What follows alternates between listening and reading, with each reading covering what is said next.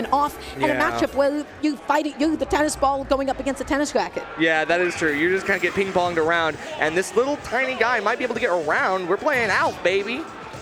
We got Battlefield, though, for game one, which means that those vertical combos and those juggling opportunities that you mentioned are going to be even more volatile. Rolling back onto the stage, being nice and patient, able to get that back air, tossing out a couple of Pikmin, and those parries are going to be huge. Is that enough against Corrin? Maybe not, because she's still able to get a couple of hitbox extensions. Right, but we're poking through that ledge, especially with the purple down air. We're going 2 for 2. Candle still getting the repeats as well, and I do love the early edge guards starting to rack up quite a lot of damage on Corrin. And in terms of weight, we don't really have too much to boast, so Candle could be looking for a kill option very soon. Gets that side V, setting up a tech chase, backing in, backing out, trying to bait that jump in, but was not able to find that back air. Landing with the down air, putting Candle off stage. The ledge attack to get back on. This game is just about even. The back air going to be putting Candle off stage once more. Ooh, okay, good mix-up with the pin, but yeah, of course, dropping all of those Pikmin for a lighter load, giving yourself the ability to go underneath and around, which means that Shadic's very well-thought-out edge guard means nothing. Still not enough to be the stop, but the down air. Again, we are finding these these edge guards. It's such a good punish, and even on a character with a good disjoint in that up special like Corrin. Yeah, that's not a move that you normally contest. That's not something you usually touch. Pin, though, not going to be enough. Battlefield ceiling quite high, going up and diagonally. Oh Candle, my God. nice patience, avoiding, of course, the late hit of the neutral And beam. that's crazy because normally you would drop all the purple Pikmin to make yourself lighter, to move faster, but this time Candle knew that if I go slower, I can avoid entirely. Now, how will she land is the question. Tossing out a Pikmin, keeping herself safe, avoiding the pin, rolls back on, parry, up tilt though. You know, I was confused if Corrin up tilt would kill, and right. I guess not. Okay, gets the back air, but it doesn't really do too much. Losing one purple isn't ideal, but still has another one on the roster. Now, yeah, Shadic still struggling to get this yellow Pikmin off. That's a lot of damage, and now you're stuck on platform while Candle is awaiting a punish. Full rage on Olimar. I'd be careful here, but you got to get rid of this character. It's too light to be living this long. Yeah, Candle is getting so much extra credit, helping the teacher grade some papers at this point, holding onto the shield, avoiding the neutral B, and then the high recovery. Shadic has been going through such good spacings of his up B. This is smart to not snap to ledge, and this time says, I'm not going to let you get the chance to up air me or down air me a third time with the purple Pikmin. Okay, getting some punishes, a great pin as well. Now has to wait the roll just enough. Candle retakes stage control. Being nice and patient, holding onto shield this time. Okay. Wow, you don't get to see Olimar neutral like ever. Ever. But still, I mean, Candle finding the mix-ups and enough to make conversions happen. Can't get that final juggle hit. Still a quick whistle just in case Candle has to go on the defense. I cannot believe that Florida was not able to kill down and not going to be able to 2-for him that time around. What an amazing landing to get back onto the stage. And Shadic swatting away those Pikmin. He's not going to go out there through the edge guard. He's looking through the back here, up tilt, setting up juggle, baits out the down B and punishes the end lag. Both players living to extremely high percents here, Dara. It feels like neither of them are really able to get the kill. Finally, we reach out for the distance with the purple Pikmin throw, and that's just enough. You get the forward smash is great. So, okay. You get another kill, this time off the top, and not letting Candle have that high rage potential anymore. Yeah, Candle was not ready for Shadic to get that close. That up air is basically a back air. That thing is huge. Yep. So, once again, spacing out Candle, looking for that forward, looking for that neutral air, forward into side B, good damage, setting up the juggle, catching that landing. This is what Shadic does best. That's true, and Shadic is kind of like letting off on the gas and delaying a little bit of those juggle options just to see what Candle does in response. What is the escape option? Something that Shadic can capitalize off of, maybe get a frame trap or something else. Love the disengage, goes off stage, then goes right back to ledge. Oh gosh, okay, the downer, none of them are panning out for Candle this time around. Again, I feel like against Corrin, you always want to go out there, you want to swat her and really try to trade with that up B. But right now, Shadic keeps making it back on. None of these edge guards are coming out. Oh God. It's good damage. It is good damage, and we had a really good lineup as well. Double purple with a blue, just for the mix-up potential with the grab should we need it. 109 though, we only have one purple left, and it feels like Shadic starting to take a little bit more liberties, has to do something here, has to get that white Pikmin off first though. That's priority number one, because you cannot take any more unnecessary damage. You gotta get this edge guard, you gotta do something here to extend. Oh wait! The projectile comes out, but not going to be able to convert it into a kill. Setting up the tech chase. Shadic not going to be able to capitalize. The up throw comes out, using the side B delay. Maybe you're going to go through the release, maybe you're not. The up throw not going to be able to kill.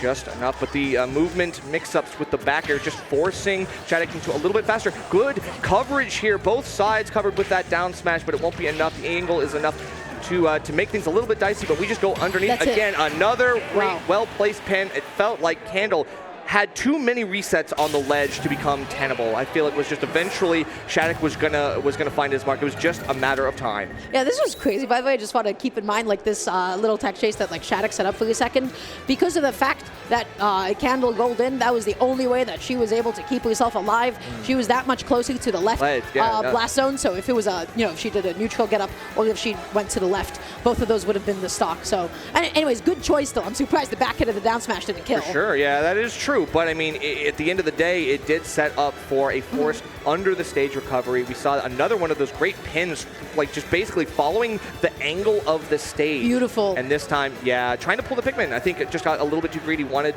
to get the purple. Knew it was coming up next. And Shadic baited that, mind you, with just simply the empty jump. That was all that he needed just to force Candle into going for an option. Saw the jump, okay, and was like, okay, I want to hold on to shield because I'm afraid of a back hill. Oh yeah. Right? I'm afraid of an immediate side B. And so all that Shadic did was he delayed, waited for Candle to go for something that she shouldn't have out of the corner, and then got the pin to be able to punish and close out that game. It's true. It's true. Okay, so we're going to Battlefield here. Top platform means better conversions here vertically. So gotta see what Candle is cooking. What's in the flow chart here if we are going to stick with this top plat.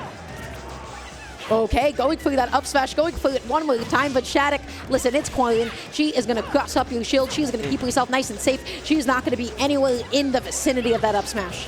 True, and now is starting to get better at beating back those Pikmin throws. The Pikmin toss not going to get a lot of leverage just yet here. The full coverage of the Nair enough to take those off of Corrin's person entirely. So going to get the spot dodge into down tilt. Could be a good little conversion, but Candle retakes control.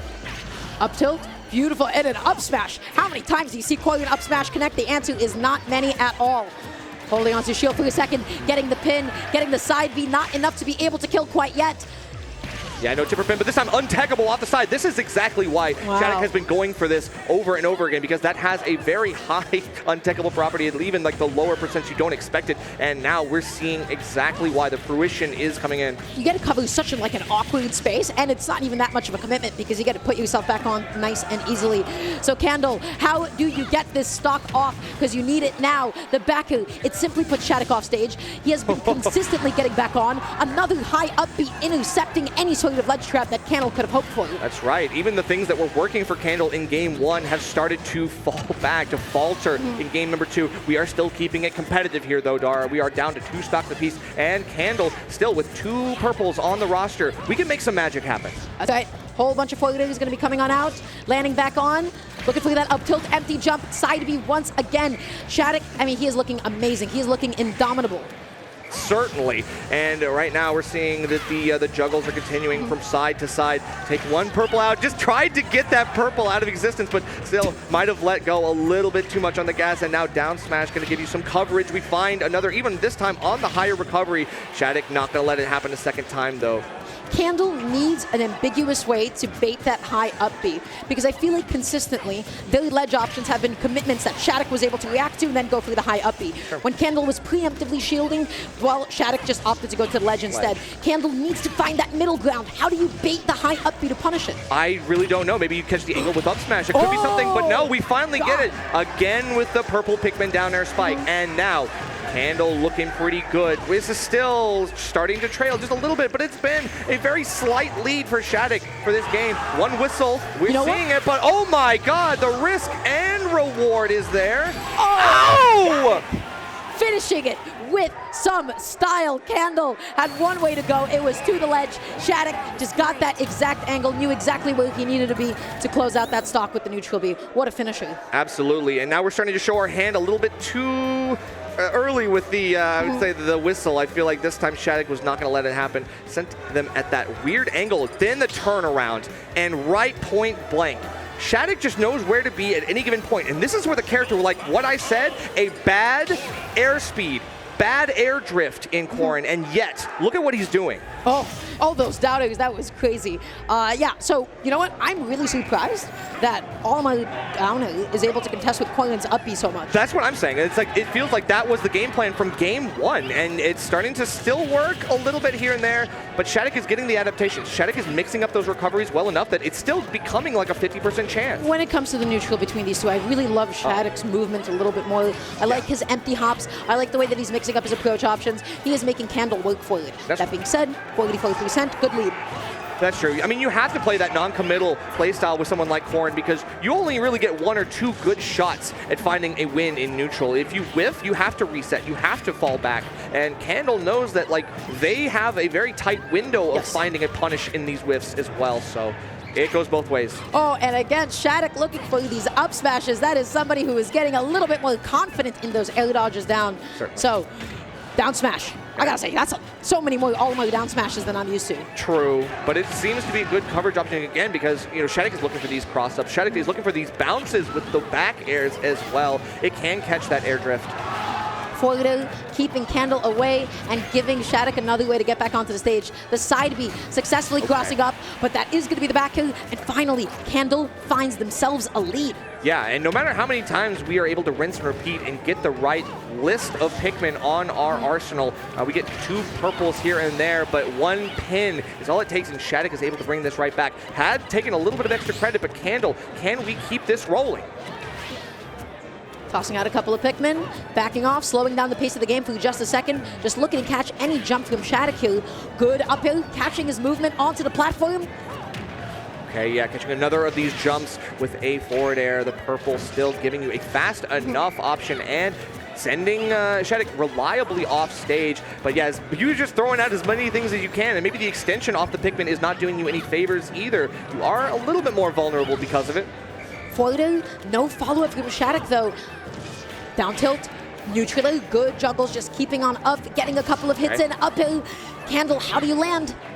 Just another neutral get-up. I feel like that's been a common tale for Candle. Shadic, if he's able to scout this out, it could get really difficult for Candle to look for that as a safe option in the future. The arc of the Pikmin not actually able to intercept Corrin, stuck in her own pin.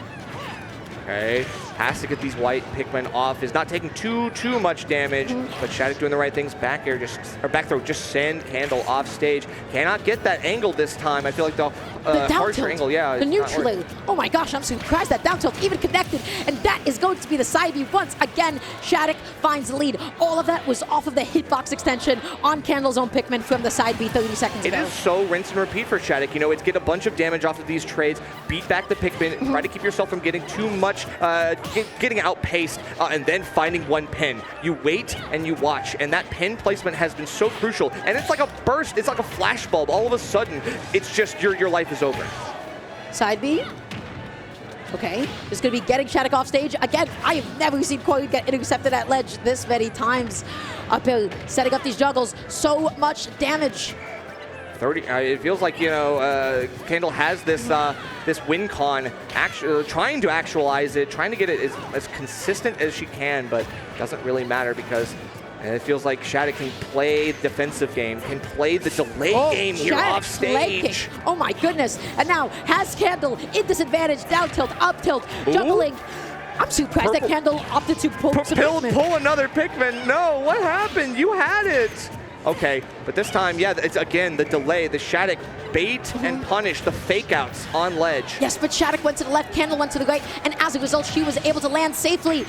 Shadic still flanking at the ledge with side B like that. He is pulling out all the tricks today. Oh, here we go with the purple up throw, and hey, Hollow Bastion comes in for the clutch. We got a game here, Dara. Candle is on the board. Okay, wonderful. I really like the gameplay. Honestly, the way that they have been mixing up the drift from the down B, mixing up which direction that they were going, that was beautiful. How did Candle manage to find this grab? Just caught Shadic dashing in. Yeah, I think Shadic saw that there was a high percent on Candle, was like, look, I have to make a play here. I'm in danger here if I don't do it. It's a risk. I can maybe throw a game if I need to. I can just like bet it all on this run in. Unfortunately, that was just not going to work out. Oh yeah, that down tilt. Look at that again. I'm sorry. Yeah. That was out of that hit. Was that Olimar's down tilt? How did he get hit? So it's a okay. Oh wait, so we look for the back air, but we just fast fall and, I guess yes, sure. Maybe it's a hurtbox extension of some kind. You know, Is that the startup of a roll? Possibly. Okay. I see the flash, so it's very possible. I still can't believe that hit. Wow. Corrin, it's a big sword. It's a big sword. Anyhow, going into next game, that all having been said, Candle took that game 3. She was able to get that kill. You know, she was struggling for a little bit there, not able to have the purple Pikmin on deck when she needed it most, but now she does. She's gone to her flow. And finally we're able to get a kill off the blue Pikmin. I mean, I think that's what has been missing for this entire time. You haven't been able to access that conditioning from having to shield out all the Pikmin and then all of a sudden being punished for shielding the Pikmin. But we need to see more grabs, more volatile grabs here from Candle if we want to get anything. So I feel like that's the conditioning that Shadic is starting to become a little vulnerable to. So gets a side B, gonna be putting Candle off stage, tossing out the Pikmin, forcing Shadic just to stay in shield, down tilt, up air, 2-piece combo. Okay, yeah, has to wait for something here. Double purple already loaded up. A lot of damage here. Shadic not getting that white Pikmin off, and that has evened the playing field here, Dara. Fortunately, that DI is not going to help you here. Very close to dying off of that back air, but it doesn't matter. Another neutral get up here from Candle, and I'm still worried about that because Shadic is on the hunt. Oh, that's up smash. That's up smash. That is bait whenever you see it. Oh, yeah. And Shadic needed to be reminded in the most brutal way possible. You do not mess with up smash on shield. You respect it. You got to let that thing go. Yeah, you got to give it a wide berth, otherwise you are going to find yourself on the wrong end of it, and that's not going to be good because that's the stock lead here for Candle. Got to get something here, but yeah, that's not going to do it. Obviously no kill throws here on Corrin's side. Has to find another way forward. That coverage here on the ledge, what did I say? Neutral get up. Both of them slowing down the pace of the game for just a second, tossing out a couple of Pikmin. Both of them, they just want the next option. They want to find the next opening. Okay, yep, Tomahawk down tilt, forcing Candle out of shield, thinking that they were safe in that moment. Still, the purple coming in as the insurance that you need in order to get yourself back on ground. Forced Shadic to the shield, to the platform as well. Look at all this damage right now. I don't know what that up B was, and I am surprised that Shadic got away with that up B. Candle saw that and I was like, wait a second, what do I do with this? Shadic fast fell and grabbed the ledge safely. Right. All of a sudden, you know, you're kind of getting evened up very quickly by Olimar. All the great advantage states that Shadic is able to access is still pales in comparison to the passive damage. Wow, I cannot believe that Shadic was able to tech that. My goodness. And as a result, he has another chance at the stock. He wanted to go through the footstool down. That was such a good idea. But the platform had other ideas for you. That's crazy. Teleported on top of the platform, basically. Like you just decided that you don't get that down there. Sorry. Okay, looking for a mix-up. Forces a low recovery as well, but the roll in actually managing to get something here. And here we are, a second time we get a good kill off of a blue Pikmin throw. Up smash, even if it's going to be on all of my... Oh, okay, never mind. That up hill, beautiful juggle setup. It is totally even. Yeah, and that's the tough part because Candle knows, like, okay, obviously Corrin doesn't have that much air drift, but you just didn't have enough wherewithal to get far over the ledge in time, and Shadic still finds his mark like a homing beacon. Tossing out a few Pikmin, Candle slowing down the pace of the game, but getting into it a couple of uppers, backing down, looking through the reset. Shadic, I love the way that he keeps on using side B as a stall, and then, hey, you don't know which way I'm gonna go. What a crucial spot dodge there, avoiding both hits of the jab, and still Candle staying alive, staying in the driver's seat as well. We've got up air, and then we gotta get a punish. We gotta get finally something else. Oh, but Shadic, what a confident grab. Oh my goodness, able to get the down throw. Okay. Fair out of shield is really, really good. Very dangerous for Candle here with two purple Pikmins on deck. Watch out because that F tilt, again, the neutral get up, this time still avoiding, but Candle, it's on notice. Presenting basically even. Either of them could get this kill at any point in time. Oh but my Candle God. is going to be the first one to swing with the purple Pikmin, able to get the stock, able to get the game, and we are going to a Game 5. Game 5 here, Dara, against Shadic, who is someone that a lot of people are expecting to do huge moves in this tournament, to make huge plays, and we are still put through the ringer, through the fire here in Game 5. The purple, just like reaching out the little foot, and that's all it takes. I don't exactly know why Shadic went for that side B here. Maybe he just thought it was going to hit. I mean, if it hit, guess what? He would have been able to win. It hit, yeah. He would have been able to get the whole thing at this point. At 82%, actually, I don't think it would have been able to kill. Maybe I'm insane. The first 2 games that Shadic was able to access some of those like crazy, random, seemingly random pins, it just meant that he had the green light to keep going for it. But this time, Candle was ready. Look at this. Just barely. He's a small guy. There's no way you can hit this guy. Yeah, I'm curious. At what point did Shadic even start to like press side B? So let's pay attention to the animation. Because honestly, it was just like, hey, I thought you were gonna be on the ground. Candle's like, I already decided to be jumping. True. So what do we got? So we start here. Yeah, that's the angle, all right. And then obviously you're far enough away, but you try to catch this jump, and somehow the drift, it's a hurt box shifting where he kind of like warps his little body and like reaches out the Pikmin at you. It's crazy. So, I think I know what happened. This is called, normally nobody else is really able to punish me in the startup of side B. Normally, that's a disjoint that you really have to respect. Nobody's able to really cover that kind of distance in time. That's true. But I gotta say, Candle just fully leaned into it. Right, because I mean, the purple Pikmin, he's kind of a disjoint too. I'm just saying, like you throw it out there, he'll take the hit for you. Don't worry. So we got a game 5. We're already opening off with 68% dealt onto Shadic, and that is damage that he has to make up in a little bit more of a sincere way. He needs those up tilts, he needs those down tilts, he needs those up airs. The down smash, not going to be able to catch him. 20 seconds in, and we're almost at 100%. And this is the problem. In the past 3 games, Shadic has failed to get the Pikmin off in time. This passive damage is starting to become unsustainable. Candle snowballing with this lead. Only 29% has been dealt onto them.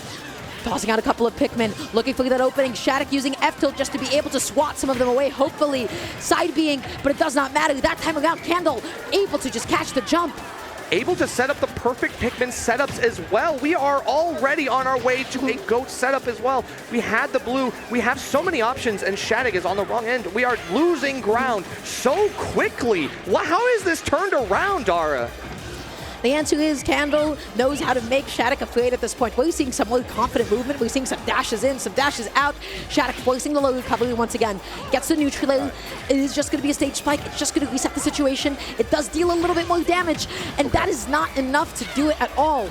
But the maneuverability to get around all of the neutral B projectile, the pins, Candle just is so elusive, so difficult to pin down. Especially Olimar off stage. Olimar off stage, you got so many options, you got so many projectiles, and then you get to go wherever your heart desires with that up B, the forward.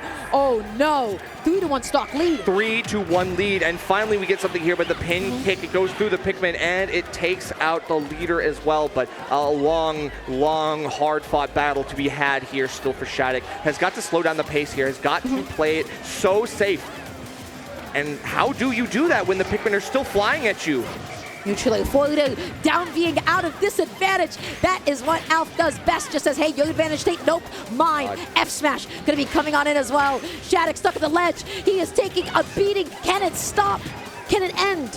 It has to at some point, but it might be with Shadic losing out at 100%. We've seen how early Candle can get these kills, and it's just one edge guard away. We have stopped challenging the Corrin up special, which means I think we've got something even more dangerous in the works. Oh, but Shadic finally picking up a bit of momentum for himself with that juggle. Candle just using those Pikmin as the way to get back on. The uphill is not going to be enough to kill off the top, but the next one definitely will. Has got to take this back from the jaws of death. Shadic is just waiting for an opening, waiting for a way to get past the wall, the barrage of purples.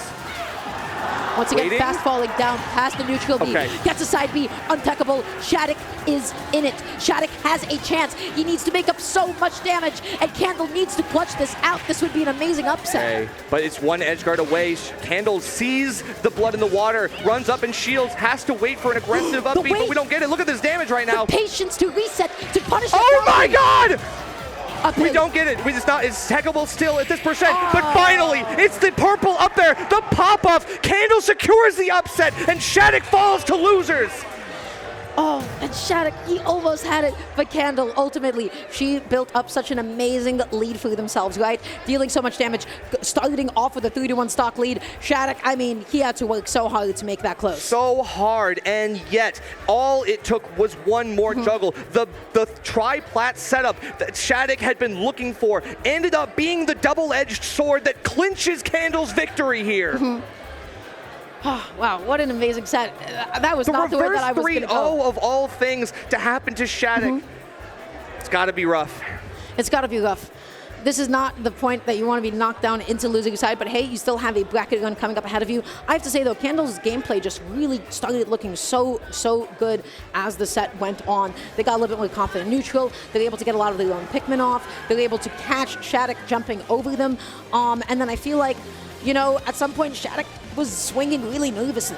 He had no idea how to approach it a couple of times. Yeah, that's tough. And sometimes it really comes down to the matchup. It really comes down to matchup knowledge. You know, how often does Shadic really get a chance to fight some of the best Olimars in the world, especially Candle, who is arguably top 2, in my opinion, Olimar in the world. Like, we are so talented, and for good reason. It feels like Shadic has got to go back to the drawing board for this one because, yeah, this is textbook stuff. That neutral air dodge was not covering anything. No. There is nothing that Olimar could have done. This was a bit of a panic option. It happens. It happened to the best of us. Shadic is one of the best to ever do it, and it can happen to you too. Yep. Look, what is this neutral air dodge covering? That up air, when you're landing onto a platform, it's just not going to happen. Yeah. Wrong place, wrong time, and Candle was in the right place at the right time. Yeah. Not the right choice for Shadic. It's true. The optimism was there, but I mean, you've got to cover all your bases. You've got to prepare for any inevitability, and when you kind of